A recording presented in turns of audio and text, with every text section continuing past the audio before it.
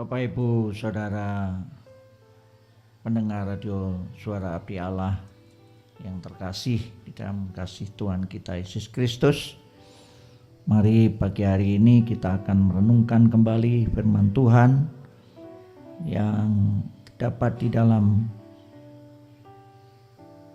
acara mempelajari kitab suci. Dari mulai Injil Lukas kita sudah belajar dari mulai awal kita membaca sampailah kita akan belajar mengenai Lukas pasal 1 mengenai nyanyian pujian Maria. Sebelum kita akan membaca firman Tuhan, kita akan berdoa. Bapa kami dalam surga, kami mengucap syukur pagi hari ini kami boleh punya kesempatan untuk merenungkan firman-Mu. Bapa, Engkau memberikan hikmat kepada hamba-Mu dan juga Tuhan kepada para pendengar radio Suara Abdi Allah, supaya boleh mengerti akan kebenaran-Mu dan boleh melakukannya di dalam kehidupan kita masing-masing. Terima kasih Tuhan, di dalam nama Tuhan Yesus Kristus kami berdoa dan mengucap syukur. Amin. Saya akan bacakan mulai dari ayat yang 46, Lukas pasal 1 ayat yang 46 sampai ayat yang ke 56. 46 sampai ayat 56. Ada 10 ayat mengenai nyanyian pujian Maria.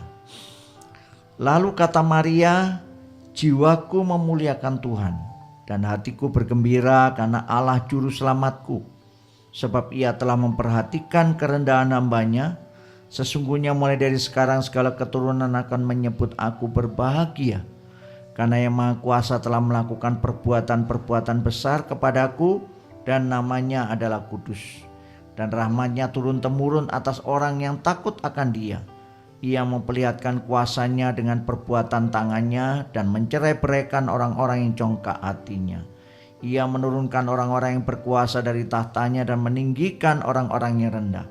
Ia melimpahkan segala yang baik kepada orang yang lapar dan menyuruh orang yang kaya pergi dengan tangan hampa. Ia menolong Israel hamba-Nya karena ia mengingat rahmat-Nya, seperti yang dijanjikannya kepada nenek moyang kita, kepada Abraham dan keturunannya untuk selama-lamanya. Dan Maria tinggal kira-kira 3 bulan lamanya bersama-sama dengan Elisabet, lalu pulang kembali ke rumahnya. Bapak Ibu Saudara sekalian, kita sudah mempelajari firman Tuhan, yaitu penelaahan atau pemahaman akan kitab suci dari Injil Lukas. Dari awal kita sudah mempelajari di mana Maria akhirnya bertemu dengan sanaknya Elisabet. Ya. Ketika setelah dia mendengarkan firman Tuhan mengenai kasih karunia Allah yang diberikan kepada Maria untuk dia boleh mengandung dan nanti akan melahirkan sang juru selamat. Seperti apa yang kita sudah bahas pada beberapa minggu yang lalu, bahwa memang sangat sulit ya apa yang diterima oleh Maria, karena Maria belum bersuami ya. Maria dengan Yusuf, mereka adalah masih bertunangan dan mereka belum menikah, artinya belum bersuami. Menjadi suatu resiko yang besar ketika kemudian akhirnya dia hamil tanpa suami. Dan ini menjadi sesuatu yang berat juga bagi Maria. Tetapi pada awalnya ketika Maria mendapatkan pesan dari malaikat ini, dia berkata, biarlah terjadi apa yang telah difirmankan Tuhan atas hidupnya. Menjadi sesuatu ketaatan dari Maria untuk menerima perintah ini, untuk menerima pesan daripada malaikat ini dan menjalani apa yang akan dijalani sesuai dengan kehendak dan rencana Tuhan. Memang seringkali kehendak dan rencana Tuhan tidak sama dengan keinginan daripada manusia. Bahkan ada risiko-risiko yang ditanggung. Demikian juga ketika Maria mendapatkan mengenai pesan daripada malaikat untuk tugas yang besar yang harus diterima oleh Maria sebagai ibu sang juru selamat. Bapak Ibu Saudara sekalian, kalau kita melihat konteks daripada apa yang kita baca saat ini, LAI memberikan satu judul yaitu Nyanyian Pujian Maria. Artinya bahwa meskipun Maria mengalami sesuatu hal yang berat di dalam kehidupannya, dia menerima tugas yang berat secara wanita, dia akan melihat risiko-risiko yang harus ditanggungnya ketika dia harus melaksanakan tugas yang berat ini dari malaikat, dari Allah melalui malaikat yang berpesan kepada dia. Ini menjadi sesuatu yang tidak gampang, ya. Tapi hal yang luar biasa dalam kehidupan Maria. Maria melakukan nyanyian pujian. Maria menyanyikan pujian atas apa yang diterimanya saat itu. Seringkali kalau orang bernyanyi itu karena sukacita, ya. Mungkin ada juga yang karena sedih dia bernyanyi berupa lagu sedih. Tapi kata nyanyian pujian menunjukkan bahwa bukan suatu kesedihan, tetapi sesuatu kegembiraan atau kesukacitaan. Bapak Ibu Saudara sekalian, mengapa Maria begitu bersukacita? Meskipun kalau kita melihat secara tanggung jawab, secara risiko yang diterima oleh Maria sebagai orang Yahudi yang akan mengandung seorang anak tanpa suami menjadi sesuatu masalah yang tidak gampang untuk bisa diterima, risiko yang tidak mudah ketika Maria harus menghadapi ini. Tapi justru ketika kita melihat ketaatan daripada Maria, bahkan ketika dia menjawab kepada malaikat Tuhan, terjadilah apa yang Tuhan inginkan. Be it unto me according to the word, ya. Artinya ini menjadi sesuatu pesan, biarlah terjadi apa yang menjadi perkataan Tuhan, sesuai dengan perkataan Tuhan terjadi di dalam hidup Maria. Ini menunjukkan ketaatan. Oleh karena itu seorang penyanyi Don Moon menciptakan lagu yang berjudul Be It Unto Me. Biarlah itu terjadi dalam hidupku sesuai dengan perkataan Tuhan, according to the word of God, ya. According to word of God.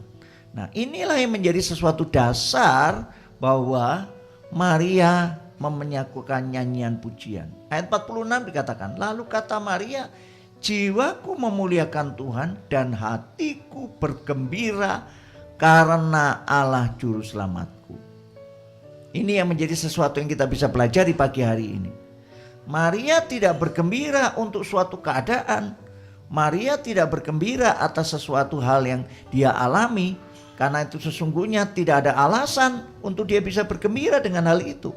Justru kesedihan, ya, hal-hal yang berat, mungkin sesuatu hal yang depresi, ya, secara mungkin melihat kondisi daripada situasi budaya yang dia hadapi, karena dia menghadapi situasi budaya. Karena budaya orang yang memiliki anak, mengandung seorang anak itu harus budaya di dalam pernikahan, bukan budaya dalam pertunangan. Oleh karena itu kalau kita melihat, ya, kenapa Injil Matius ditulis, dan Injil Matius ditulis oleh seorang Yahudi, ya, ini adalah menunjukkan bahwa apa yang terjadi di dalam kehidupan Yesus ketika Yesus dilahirkan oleh seorang perawan Maria, ini menjadi sesuatu yang benar, ya, bukan sesuatu yang kemudian akhirnya menjadi sesuatu hal yang memalukan atau sesuatu hal yang tidak baik, tapi sesuatu hal yang baik. Oleh karena itu kitab Matius ditulis menjadi sesuatu sanggahan bahwa sebenarnya Yesus yang dilahirkan bukan seorang anak yang tidak baik atau dikatakan sebagai anak haram, karena dia lahir tidak dari seorang perempuan yang sudah memiliki suami. Tapi ini menjadi sesuatu hal yang menjadi suatu pelajaran bagi kita, bahwa sesungguhnya masalah boleh terjadi dalam kehidupan kita, tapi bagaimana kita bisa melihat masalah itu? Apakah kita melihat masalah itu ataukah kita melihat Tuhan atas masalah?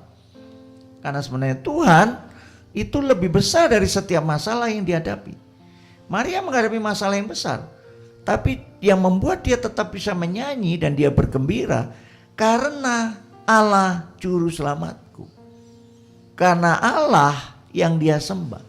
Karena Allah yang menjadi juru selamat, yang nanti menyatakannya di dalam kelahiran Yesus yang dikandung oleh dia sebagai putra Allah, dan yang akan menyatakan karya keselamatan ketika dia mati di atas kayu salib.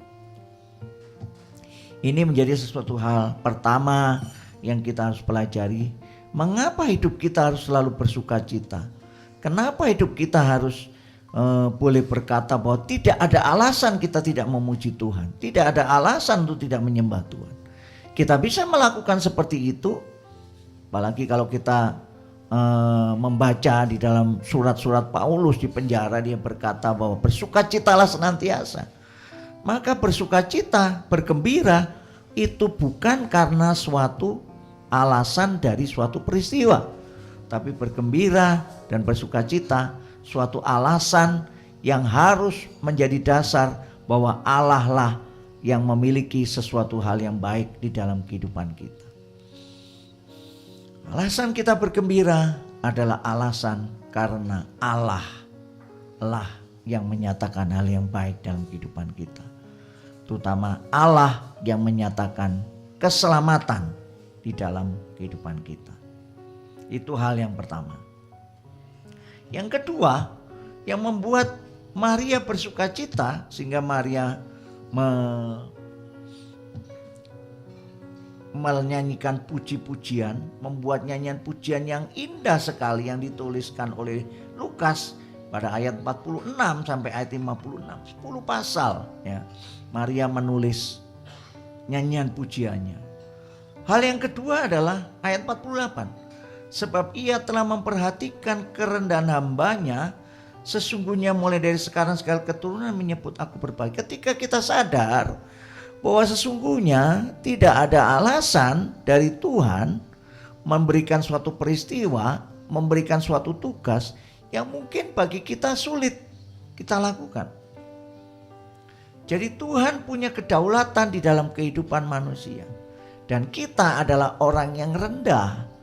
Kita adalah seorang hamba yang harus mentaati setiap apapun yang dinyatakan oleh Tuhan kita, yaitu Allah sendiri. Allah lah yang membuat akhirnya hidup kita menjadi kehidupan yang sesuai dengan apa yang Allah mau. Ketika kita sadar bahwa kita adalah orang yang rendah, kita menjadi hamba yang harus menuruti dan taat kepada setiap apa yang diperintahkan oleh Tuhan dan ditugaskan oleh Tuhan.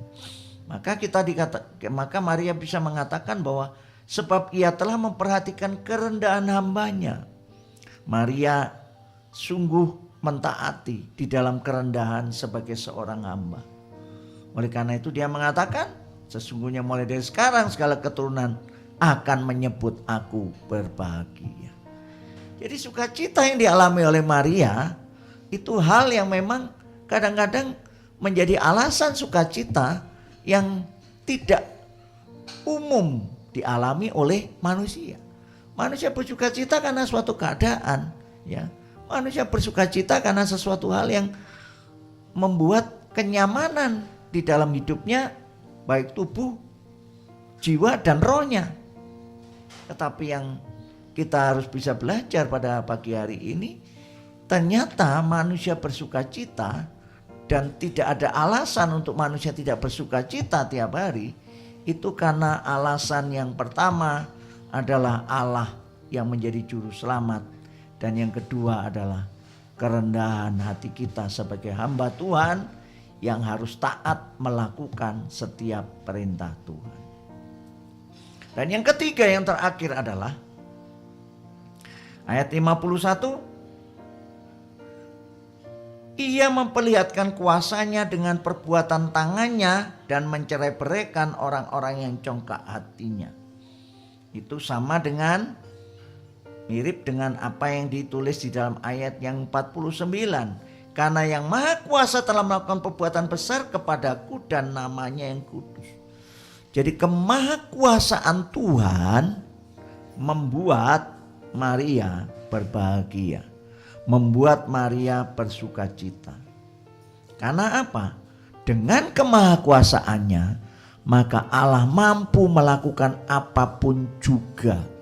Tetapi bukan berarti Allah mampu melakukan apapun juga itu melakukan hal yang tidak baik. Tetapi apa yang dilakukan Allah di dalam kemahakuasaannya adalah suatu kebaikan. Meskipun segala peristiwa yang kita alami ketika kita mengalami rencana Tuhan dalam hidup kita, seringkali seolah-olah kita mengalami ketidakbaikan. Ketidakbaikan itu karena menyebabkan diri kita adalah selalu berfokus kepada kenyamanan daging kita. Tetapi ketika kita melihat bahwa Allah yang maha kuasa melakukan kebaikan, karena yang maha kuasa melakukan perbuatan besar kepadaku, ya. Dan kemudian yang ke-51, dia berkuasa mencerai-beraikan orang yang congkak hatinya. Artinya bahwa sebenarnya Allah melakukan hal dengan kemahakuasaannya untuk kebaikan. Baik kebaikan kepada hambanya maupun kebaikan bagi orang-orang jahat. Karena yang 52 menunjukkan ia menurunkan orang berkuasa di tatanya dan meninggikan orang-orang yang rendah. Ia melingkahkan segala yang baik kepada orang yang lapar dan menyuruh orang yang kaya pergi dengan tangan hampa. Ada keadilan, ya. Ada kebaikan yang dinyatakan Tuhan dalam kemahakuasaannya. Mungkin seringkali orang melihat kalau ketika orang melakukan kejahatan, dia menghadapi tangan Tuhan yang kejam, ya. Tapi kalau kita melihat bahwa sebenarnya ketika Allah menyatakan kuasanya, ya, untuk dalam keadilannya dia menghukum orang-orang jahat, bukanlah dia kejam, tapi menginginkan orang-orang yang jahat itu kembali kepada Tuhan, ya. Oleh karena itu, kita melihat di sini adalah ia menurunkan orang-orang yang berkuasa di tatanya dan meninggikan orang yang rendah. Artinya bahwa sebenarnya kalau engkau berkuasa, kalau engkau mengalami hal yang tinggi, kamu jangan tinggi hati, ya. Kamu akan direndahkan supaya kamu kembali ke menjadi orang yang rendah, menjadi hamba Tuhan yang berkenan di hadapan Tuhan. Dan bahkan dia adalah Allah yang berkuasa untuk melimpahkan segala kebaikan di dalam kehidupan kita yang benar-benar membutuhkan dia. Dan bahkan dia sendiri juga menyatakan kepada orang-orang yang tidak membutuhkan dia, ya. Ketika dia tidak membutuhkan dia, ketika seseorang tidak membutuhkan dia, maka Tuhan melakukan karyanya dalam kehidupan orang-orang yang tidak membutuhkan dia, yang membuat akhirnya dia akan membutuhkan kepada Tuhan. Jadi artinya kebaikan itu diberikan kepada orang yang berkenan di hadapan Tuhan. Tapi orang yang tidak berkenan di hadapan Tuhan dinyatakan kebaikan juga melalui hukuman. Dengan kemahakuasaan di dalam hukuman itu membuat orang-orang jahat akhirnya berbalik kepada Tuhan. Bapak Ibu Saudara sekalian, paling tidak pagi hari ini kita belajar 3 hal, ya, mengenai bagaimana kita bisa bersukacita dan berbahagia. Yang pertama adalah kita sadar bahwa segala masalah yang kita hadapi itu selalu ada dalam hidup kita, tapi kita tetap bersukacita karena Allah lah yang menjadi sumber sukacita, karena Allah juru selamat kita.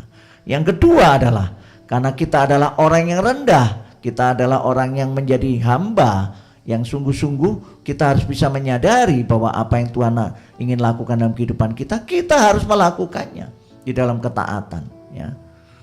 Yang ketiga adalah bahwa ketika kita sadar bahwa Allah itu Allah yang berkuasa, tapi kemahakuasaan Tuhan bukan untuk hal-hal yang tidak baik, tapi hal yang baik. Pada mulanya mungkin merasa orang tidak baik ketika mengalami hukuman, ketika mengalami hal-hal yang kemurkaan daripada Tuhan, tapi kemurkaan Tuhan itu adalah menjadi kebaikan. Karena orang-orang yang jauh dari Tuhan, orang-orang yang melawan Tuhan akan kemudian diberikan satu kuasa dari Tuhan untuk dia boleh kembali lagi kepada Tuhan. Terima kasih Bapak Ibu Saudara yang sudah mendengarkan Radio Suara Hati Allah pada pagi hari ini. Biarlah ini menjadi suatu pelajaran bagi kita ketika kita belajar nyanyian pujian Maria. Dan kita bisa tetap bersukacita setiap saat. Karena kita sadar bahwa Allah adalah juru selamat kita. Allah adalah Allah yang berkuasa dalam hidup kita. Dan kita adalah hambanya yang taat. Hambanya yang harus rendah hati di dalam kehidupan kita. Sehingga apapun yang kita lakukan selalu menjadi kebaikan bagi kita semua. Dan bagi orang-orang yang mengalami hidup kita ketika bersama-sama dengan kita. Mari kita berdoa. Bapa kami dalam surga, kami mengucap syukur pada pagi hari ini. Kami sudah belajar akan firman-Mu mengenai nyanyian pujian Maria. Biarlah Tuhan kami boleh belajar bagaimana kami harus bersuka cita dan berbahagia setiap saat. Atas 3 dasar alasan untuk kami bersuka cita yang benar. Di dalam nama Tuhan Yesus Kristus kami berdoa dan mengucap syukur. Amin.